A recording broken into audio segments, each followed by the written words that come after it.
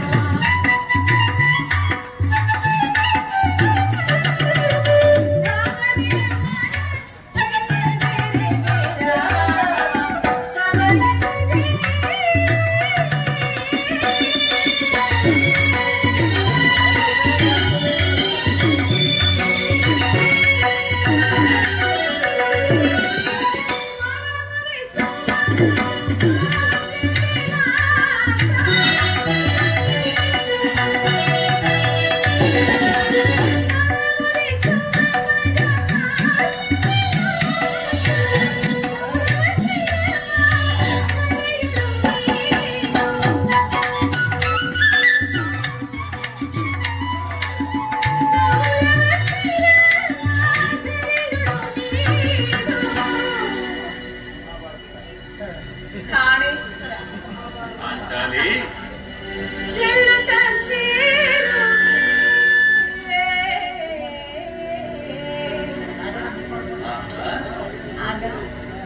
ಇವಾಗ ಇವಾಗಲ್ಲ ಆವಾಗ.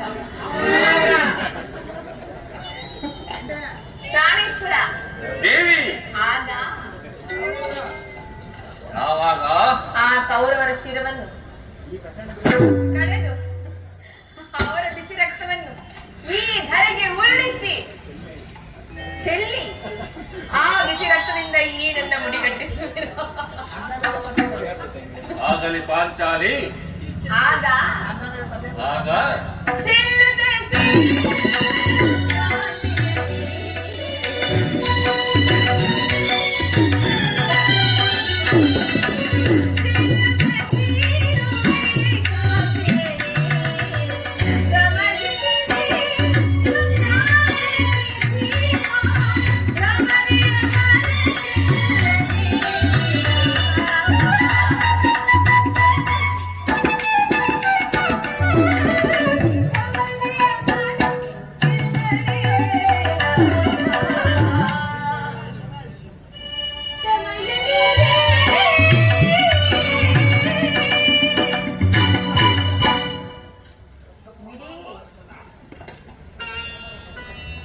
ನೀವು ಎಲ್ಲವನ್ನು ಮರೆತು ಕುರಿತು ಕಾಣಿಸುತ್ತೀರಿ. ಈ ಹಿಂದೆ ಬಿಚ್ಚಿದ ನನ್ನ ಕೇಶ ರಾಶಿಯನ್ನು ಕಂಡು ಗುರುಕುಲಾಂತಕ ಕಾಲರಾತ್ರಿ ಸಂಬೋಧಿಸಿ ಮತ್ತೆ ಏನನ್ನು ಹೇಳಿದೆಲ್ಲವಿದ್ದೀಯ? ಪಾಂಚಾಲಿ ಪುನಃ ನನ್ನ ಬಾಯಿಂದ ಆ ಪ್ರತಿಜ್ಞಾ ವಾಕ್ಯವನ್ನು ಕೇಳಲು ಚಿಸುವೆಯಾ? ಮಾಡಿದ ಪ್ರತಿಜ್ಞೆಯನ್ನು ಮರೆಯುವಂತ ನೀಚನಲ್ಲ ಈ ಭೀಮಸೇನ. ನಿಜವೇ, ನೀವೆಂದಿಗೂ ಮಾಡಿರುವ ಪ್ರತಿಜ್ಞೆಯನ್ನು ಮರೆಯುವವರಲ್ಲ. ನೀವು ಆಡದಂತೆ ಮಾಡಬೇಕೆಂಬುದೇ ನನ್ನ ಇಚ್ಛೆ. ಆದ್ರೆ ಏನು ಮಾಡಿದ್ರು ಎಷ್ಟಾದ್ರೂ ನೀವು ನಿಮ್ಮನ್ನ ಆಜ್ಞಾಧಾರಕರಲ್ಲವೇ? ದೇವಿ ನನ್ನನ್ನು ಕೆಡಿಸಬೇಡ ಪಾಂಚಾಲಿ, ನನ್ನನ್ನು ಕೆಡಿಸಬೇಡ. ನಾನು ಈಗ ಯಾರ ಆಜ್ಞಾಧಾರಕನು ಅಲ್ಲ. ಶಾಂತಿಯನ್ನು ಬಯಸುವರು ಸಂಧಿಯ ಪ್ರಸ್ತಾಪದಲ್ಲಿ ತೊಡಗಬೇಕು. ನಾನು ಆತುರದಿಂದ ಯುದ್ಧವನ್ನು ಮುಗಿಸುತ್ತಿರುವನು. ಧರ್ಮಪರಾಯಣಾದ ಯುಧಿಷ್ಠಿರನು ದುರ್ಯೋಧನನ ಅನಂತ ಅಪರಾಧಗಳನ್ನು ಮನ್ನಿಸಬಹುದು, ನಾನು ಮಾತ್ರ ಕ್ಷಮಿಸುವುದಿಲ್ಲ.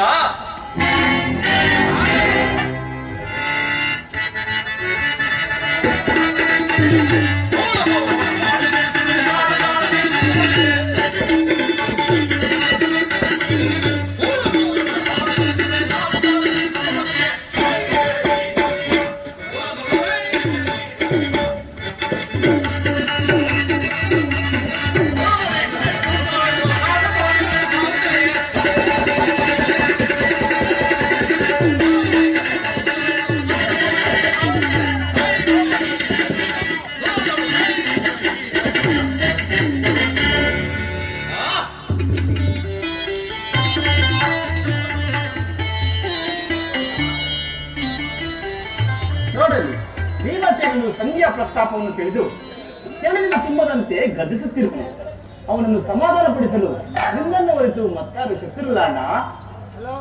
ಪಾರ್ಥ, ಈ ಸಾರಿ ಭೀಮನ ಕೋಪಕ್ಕೆ ದ್ರೌಪದಿಯೇ ಮೂಲ ಕಾರಣ ಎಂದು ತೋರುವುದು. ಶ್ರೀಕೃಷ್ಣನು ಹೇಳುತ್ತಿದ್ದನು, ಜಗತ್ತಿನ ಸುಖ ದುಃಖಗಳಿಗೆ ಸ್ತ್ರೀಯರೇ ಮೂಲ ಕಾರಣ ಎಂದು. ಕೌರವರೊಡನೆ ಯುದ್ಧಕ್ಕಿಂತ ಈ ನನ್ನ ಸಹೋದರನ ಕೋಪವನ್ನು ಶಮನ ಮಾಡುವುದು ನನಗೆ ಅಸಾಧ್ಯವಾಗಿದೆ. ಸಹೋದರ ಭೀಮಸೇನ, ನನ್ನಲ್ಲಿ ಕೋಪವೇ ತಮ್ಮ? ಬಿಡು ಕೋಪವ ಮನದೇ, ಅನುಜ ಬಿಡು ಕೋಪವ ಮನದೇ.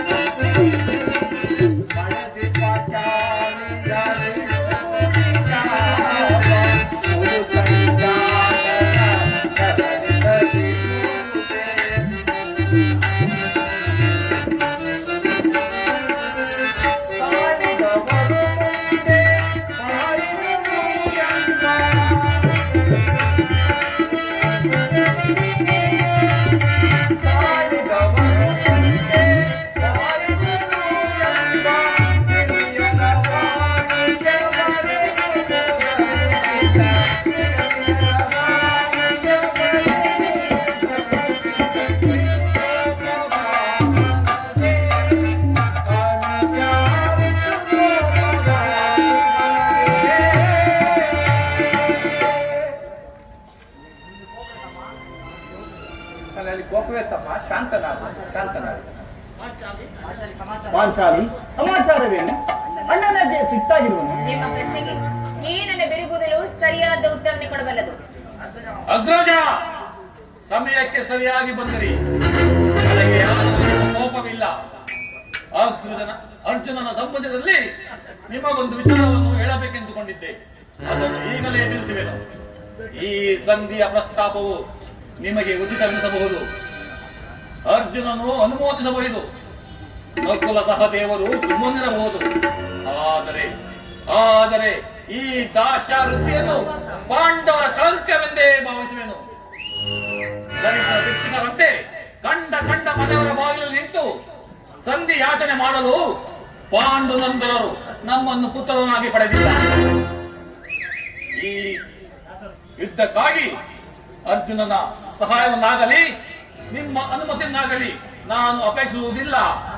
ನಾನು ಮತ್ತು ಈ ನನ್ನ ಗದೆ ಇವೆರಡೆ ಕುರುಕುಲವನ್ನು ಸಂಪೂರ್ಣವಾಗಿ ನಾಶ ಮಾಡಿ ನೀವು ನಿಶ್ಚಿತ ಸಂಧಿಯ ಪ್ರಸ್ತಾಪದಲ್ಲಿ ತೊಡಗಿರಿ. ನಾನು ನನ್ನ ಪ್ರತಿಜ್ಞೆಯನ್ನು ನೆರವೇರಿಸಿಕೊಳ್ಳುವೆನು. ಅಂಡ ಒಬ್ಬ ಮಾಡಬೇಡಣ್ಣ. ಅಗ್ರಜನು ನಮ್ಮೆಲ್ಲರೂ ಹಿರಿಯವನು. ಪಾಂಚಾಲಿ,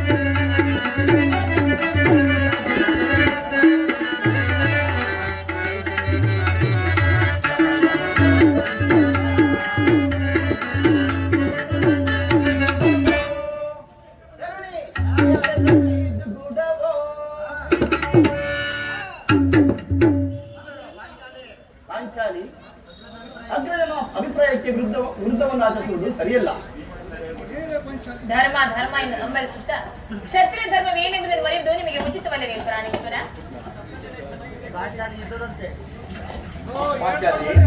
ಯುದ್ಧದಂತೆ ಶಾಂತಿಯ ರಕ್ಷಣೆಯು ಕ್ಷತ್ರಿಯರ ಕರ್ತವ್ಯ.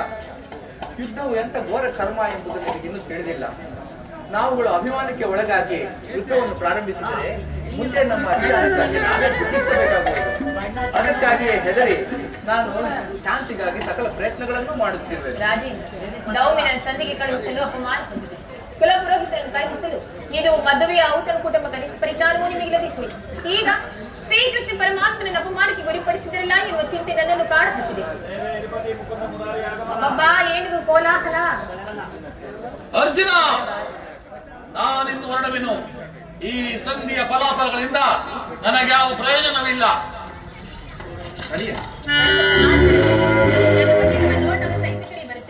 ಅವರಿಂದ ರಾಜ್ಯಸಭೆಯ ಸಮಾಚಾರ ತಿಳಿದು ಬಳಿಕ ನಿಮಿಷದಂತೆ ಮಾಡಿಸುವ.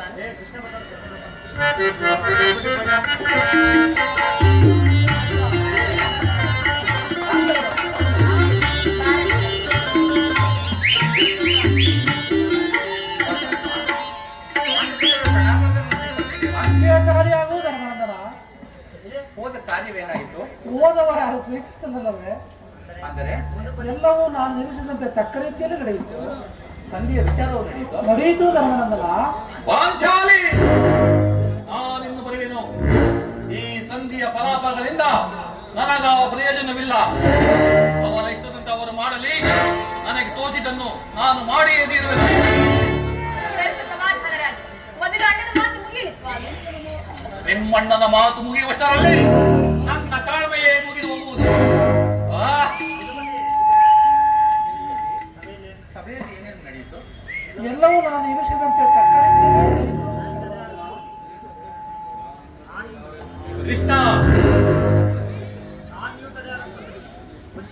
ಅಗ್ರಜನ ಇಚ್ಛೆಯಂತೆ 5 ಗ್ರಾಮಗಳಿಗೆ ಸಂಧಿ ಆಯಿತೆ. ಭೀಮಸೇನ, ನಾನು ಹೋಗಿದ್ದು ಅದಕ್ಕೋಸ್ಕರ. ಈಗ ತಿಳಿಯಿತು ನಿನ್ನ ಅಭಿಮತ. ಅಜ್ಞಾತ ವಾಸದ ನೆಪದಲ್ಲಿ ಅರ್ಜುನನಿಗೆ ಬಳೆಯನ್ನು ತೊಡಿಸಿದೆ. ಈಗ ಸಂಧಿಯ ನೆಪದಲ್ಲಿ ನಮ್ಮ ಐವರಿಗೂ ಸೀರೆಯನ್ನು ಉಡಿಸಲು ಯತ್ನಿಸುತ್ತಿರುವೆಯಾ? ಕೃಷ್ಣ, ಈ ಪಾಂಡು ಪುತ್ರರ ಮೇಲೆ ನಿನಗೇಕೆ ಇಷ್ಟೊಂದು ಆಕ್ರೋಶ? ಇಷ್ಟೊಂದು ಅಸಹ್ಯಕ್ಕೆ ಭೀಮಸೇನ? ಸಾವಧಾನದ ನೀನು ನನ್ನ ಮಾತನ್ನು ಕೇಳು. ನಿನಗೆ ಸಂಬಂಧಿಸಿದ ವಿಚಾರವೊಂದು ಇರುವುದೆಂದು ನಾನು ಮೊದಲೇ ಹೇಳಲಿಲ್ಲವೇ? ಸ್ವಾಭಿಮಾನ ಶೂನ್ಯವಾದ ಈ ಸಂಧಾನದೊಡನೆ ಎಂತಹ ಸಂಬಂಧ? ಸಂಬಂಧವಿಲ್ಲ ಭೀಮಸೇನ, ನಿಕಟವಾದ ಸಂಬಂಧ ಹೊಂದಿರುವುದು. ಮುಂದೇನಾಯಿತು? ರಾಜ್ಯಸಭೆಯಲ್ಲಿ ಎಲ್ಲರೂ ಒಪ್ಪಿದರು. ಯಾರ್ಯಾರು ಒಪ್ಪಿದರು? ಭೀಷ್ಮ, ದ್ರೋಣ, ಧೃತರಾಷ್ಟ್ರ ಇನ್ನೂ ಮುಂತಾದವರೆಲ್ಲರೂ ಒಪ್ಪಿದರು. ದುರ್ಯೋಧನ ಆದರೂ ಸಹ ಒಪ್ಪಿದರು. ಕೃಷ್ಣ, ಈ ದುರ್ವಾರ್ತೆಯನ್ನು ನಾನು ಕೇಳಬೇಕೆಂಬುದು ನಿನ್ನ ಇಚ್ಛೆಯಾಗಿದೆ. ಅದನ್ನು ಸಾಧಿಸಿದೆ, ಚೆನ್ನಾಗಿ ಸಾಧಿಸಿದೆ. ಅರ್ಧಸೇನೆ, ನೀನು ಚಿಂತಿಸಬೇಡ. ಈ ಭೀಮನು ಬದುಕಿದ್ದರೆ ನಿನ್ನ ಸೇಡನ್ನು ತೀರಿಸುವುದು. ಭೀಮ, ನಿಲ್ಲಯ್ಯ, ನೀನು ನಿಜವಾದ ವಿಡಂಬಾಪತಿಯೇ ಸರಿ. ನಿನಗೆ ಇಷ್ಟೊಂದು ಕೋಪವಿಲ್ಲದಿದ್ದರೆ ಆ ರಕ್ಕಸೇನನ್ನು ಹೇಗೆ ಸಾಧ್ಯ? ಸಮಾಧಾನದಿಂದ ನೀನು ನನ್ನ ಮಾತನ್ನು ಕೇಳು. ಆ ದುರ್ಯೋಧನ ಒಂದು ಸಂದೇಶವನ್ನು ಕಳಿಸಿದ. ಕೃಷ್ಣ, ಸುಮ್ಮನೆ ನನ್ನನ್ನು ಕಾಡಬೇಡ. ಏನು ದುರ್ಯೋಧನನ ಸಂದೇಶವೇ? ಹಾಗಾದರೆ ಅದು ಸಂಧಿ ಆಗಿರಲಾರದು. ಏನು ಏನು ಆ ಸಂದೇಶ? ಭೀಮಸೇನ, ನೀನು ಆ ಸಂದೇಶವನ್ನು ಕೇಳುವ ಇಚ್ಛೆ ಮೊದಲು ನನ್ನ ಬಳಿ ಕೈಕಟ್ಟಿ ಕುಳಿತುಕೊಳ್ಳಬೇಕು. ನಿಂತಿನಂತೆ ಹೇಳಿಬಿಡು. ನೀನು ಕುಳಿತುಕೊಳ್ಳದ ಹೊರತು ನಾನು ಹೇಳುವುದಿಲ್ಲ ಭೀಮಸೇನ. ಏಕೆ ಕೃಷ್ಣ, ಏಕೆ ಈ ಪರಿಹಾಸ್ಯ? ಪರಿಹಾಸ್ಯವಲ್ಲವಯ್ಯ, ನಿನ್ನನ್ನು ಕಂಡರೆ ನನಗಷ್ಟೊಂದು ಭಯವಾಗುತ್ತಿರುವುದು. ಆಗಲಿ, ನಿನ್ನ ಇಚ್ಛೆಯಂತೆ ಕುಳಿತುಕೊಳ್ಳುವೆನು. ಏನು ಆ ಸಂದೇಶ ತಿಳಿಸು. ಸಹೋದರಿ, ಸ್ವಲ್ಪ ಸಮೀಪಕ್ಕೆ ಬಾ. ನೀನು ನಾನು ಹೇಳಿದಂತೆ ಮಾಡಬೇಕು ಕಂಡಯ್ಯ. ನಿನ್ನ ಆಜ್ಞೆ ನಾನು ಎಂದಾದ್ರೂ ಮೀರಿರುವೆನೆ ಅಣ್ಣ? ತೆಗೆದಿಕ್ಕೋ. ಈ ಹಗ್ಗವನ್ನು ಇದೊಂದು ಕಡೆ ನನಗೆ ಪುರಸ್ಕಾರ ರೂಪವಾಗಿ ದೊರೆಯಿತು. ಈ ಹಗ್ಗದಿಂದ ನಿನ್ನ ಪತಿಯ ಕೈಗಳನ್ನು ಭದ್ರವಾಗಿ ಬಂಧಿಸಿ. ಪರಿಹಾಸ ಮಾಡುತ್ತೀರಿಯಾ? ಇದು ಪರಿಹಾಸವಲ್ಲ ಸಹೋದರಿ. ನೀನು ಸತ್ತುಗಳ ಎಡಗುಡಿಯನ್ನು ಕಟ್ಟುವುದರಲ್ಲಿ ಮಹಾ ನಿಪುಣೆಯಂತೆ. ಅದರಂತೆ ನಿನ್ನ ಪತಿಯ ಕೈಗಳನ್ನು ಬಂಧಿಸಲು ಬರುವುದೋ ಇಲ್ಲ ನೋಡೋಣ ಎಂದು ಹೇಳಿದರು. ಪಾಂಚಾಲಿ, ಕೃಷ್ಣನು ಹೇಳಿದಂತೆ ನನ್ನ ಕರಳನ್ನು ಬಂಧಿಸು.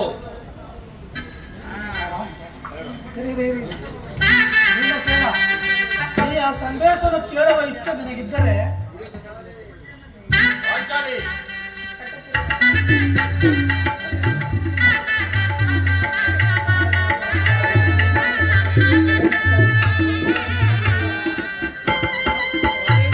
ಈಗ ಎಲ್ಲರೂ ಕೇಳಿರಿ. ಈ ಭೀಮನನ್ನು ಬಂಧಿಸಲು ಹಗ್ಗವು ಆ ದಿನ ರಾಜ್ಯಸಭೆಯಲ್ಲಿ ನನ್ನ ಅಂಗಾಂಗಗಳನ್ನು ಬಂಧಿಸಲು ಅನುವಾಯಿತು. ಮತ್ಯಾರು? ಏನು ಹೇಳಿದೆ ಕೃಷ್ಣ? ಈ ಹಗ್ಗದಿಂದ ನಿನ್ನನ್ನು ಬಂಧಿಸಲು ಯತ್ನಿಸಿದರ? ಮತ್ಯಾರು? ದುರಾಭಿಮಾನಿಯ ದುರ್ಯೋಧನನು ಆಜ್ಞೆ ಮಾಡಿದನು. ದುರಾಚಾರ್ಯರ ಆಕ್ರಮಣ ಅದನ್ನು ನಡೆಸಲು ಮುಂದಾದನು. ಅಂತಹ ಕಾರ್ಯ ಆ ಮಹಾನುಭಾವಗಳಿಂದ ಮತ್ತಾರಿಗೆ ಸಾಧ್ಯ? ಪಾಂಚಾಲಿ, ನನ್ನ ಕರಳನ್ನು ಬಿಡಿಸು. ಈ ದುರಾಭಿಮಾನದಿಂದ ದುರ್ಯೋಧನನ ದುರಾಭಿಮಾನವು ಶಿಖರವನ್ನು ಏರಿತು. ನಮ್ಮ ಪ್ರಿಯ ಬಂಧು ಪಾಂಡವರ ರಾಯಭಾರಿಯಾದ ಶ್ರೀಕೃಷ್ಣನನ್ನು ಆ ದುರಾತ್ಮರು ಈ ರೀತಿ ಅಪಮಾನ ಮಾಡಿದರೆ ಅಗ್ರಜ, ಧನಂಜಯ, ಇದಕ್ಕೆ ನಿಮ್ಮ ಉತ್ತರವೇನು?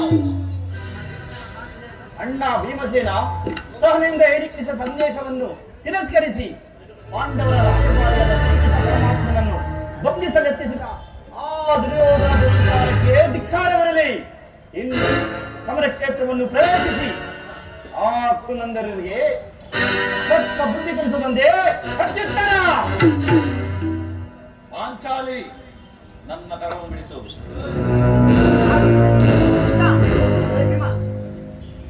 ಅಗ್ರಜ, ನನ್ನ ಕರವನ್ನು ಬಿಡಿಸು. ಇಷ್ಟು ಮಾತ್ರವಲ್ಲ ಭೀಮ, ಆ ದುರ್ಯೋಧನ ಸಂಧಾನಕ್ಕೆ ಕೊಟ್ಟ ಉತ್ತರವನ್ನು ಕೇಳಿರಿ. 5 ಭೂಮಿಯನ್ನು ಕೊಡಲ್ಲ, 5 ಮಾರು ಭೂಮಿಯನ್ನು ಕೊಟ್ಟಲಿಲ್ಲ. ನೀವು ಸಂಧಿಯನ್ನು ಅಪೇಕ್ಷಿಸುವುದಾದರೆ ಅದು ಅರ್ಜುನ, ನನ್ನ ಕರವನ್ನು ಬಿಡಿಸು. ಕೃಷ್ಣ, ಏನು ಯಾರು ಬಿಡಿಸುವುದಿಲ್ಲವೇ? ನಾನೇ ಬಿಡಿಸಿಕೊಳ್ಳುವೆನು.